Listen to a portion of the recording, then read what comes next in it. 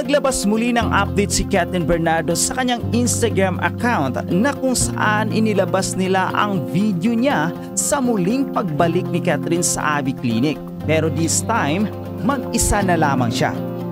Nagpa-tweetmeet muli ito at nakipagtsikahan ng konti kay Doc Ivy, ang may-ari ng nasabing clinic. Pero sa kabila ng update na inilabas ni Kathryn, ay hindi pa rin siya tinantanan ng mga buzzers at pinuna pa ang kanyang update.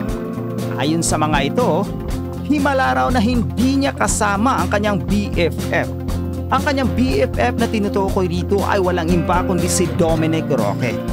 Marami kasi ang hindi naniniwala na magkaibigan lang ang meron sa dalawa. Ang basher ay nagmula sa dating fandom ng Katniel o maituturing na one-side fan na lang. Can you imagine kahit walang ginagawa si Kathryn sa mga ito at normal na dumadalaw lamang ito sa kanyang derma ay hindi pa rin maiiwasan na may sasabihin ang mga tao na negatibo tungkol sa kanya. Kahit marami na ang mga taong nagpapatunay na mabait na tao talaga si Kathryn sa kahit na sino sa harap o sa likod man ng kamera. Kaya napapaisip na kayo ngayon kung bakit kailangan muna nilang itago ni Alden ang tungkol sa kanilang relasyon.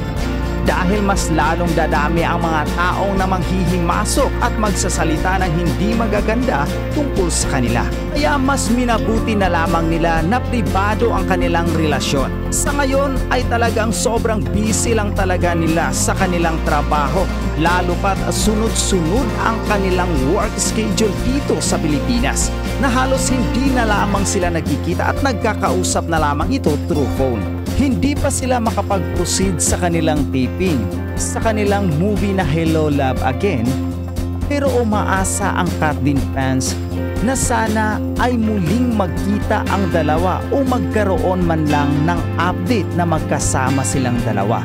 Sa ngayon ay hindi na rin nila alam kung papaano pagkakasyahin ang kanilang oras dahil sa dami ng kanilang trabaho. Iba rin pala talaga pag sikat kang artista at hindi man ito dahil hindi ito nauubusan ng endorsement ng mga projects, ng mga shows, ng mga taping and shooting at mga photos. Kaya naman ganoon na lamang sila kapagod. Bagamat malaki at maraming pera ang kanilang isasahod, kapalit naman ito ang kanilang kalusugan na talaga namang hindi na nila makukumpleto ang kanilang tulog. Sa ngayon, bigyan natin muna sila ng time and space para tapusin ang kanilang trabaho dito sa Pilipinas at hintayin natin na inanunsyo nila na mag-uumpisa na sila sa shooting nila sa Canada. Alam naman natin na maglalabas sila ng update kung papalipad na sila papuntang Canada. Sa ngayon, respetuhin na muna natin sila kung gaano ka-busy ang kanilang schedule at patuloy na lamang na tumutok sa channel na ito para sa susunod na update.